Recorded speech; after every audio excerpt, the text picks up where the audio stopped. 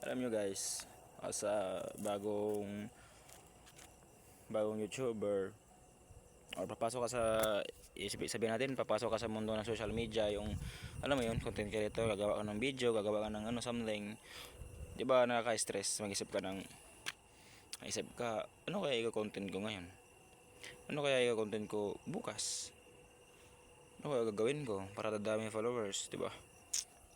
Paano kaya magbuboost ako, gano'n, iba gano'n yung mga nasa isip, lalo na pag sa trabaho ka. Hindi ka mapag-isip ng content, lalo na pag gabi ka lang makagamit ng cellphone. Tulad ko, hapon ako magagamit ng cellphone. Kasi nga sa umaga, tatrabaho ako factory. Kaya nakakapagod. Hindi naman ako mag-edit ng video, hindi naman ako magawa ng content. Naisip ko na lang, magre-remix na ako ng mga video sa YouTube kasi pwede naman. Mag-remix lang ako ng video, pero naisip ko rin baka copyright ako. 'Di ba? Sayang naman yung account ko. Pinaghirapan. Baka makaka-copyright ako, 'di ba? So sayang naman. Kaya advice ko lang sa mga bagong diyan. Bagong salta pa lang. Bagong mga YouTuber.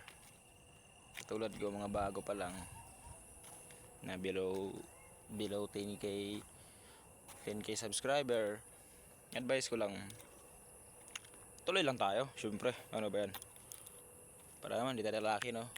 Lalaki tayo, tuloy tayo. Kung ano yung may pangarap ka, may pangarap ako, may pangarap ka, may pangarap din ako, di ba? Kung ano yung pangarap mo,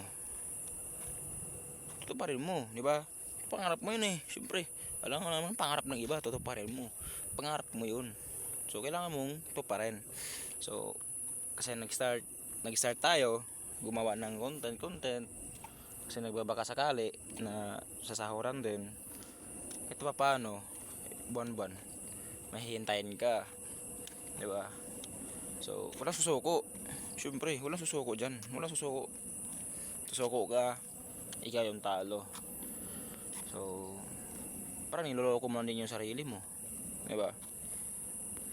Nag-start ka ng content, tapos at the end parang na-feel mo na mapapagod ka, susukuan mo, ayaw mo na kasi nga pagod ka, di ba? Wala kang maisip na content, di ba? Di kung wala kang maisip ngayon, sundaraw. Wag kang mag-focus sa pag-content. Saka ka na mag-focus kung mag-start ka na ng earnings, di ba? Mag-earnings ka na, mayroon ka ng sinasahod, focus ka na. Ako kasi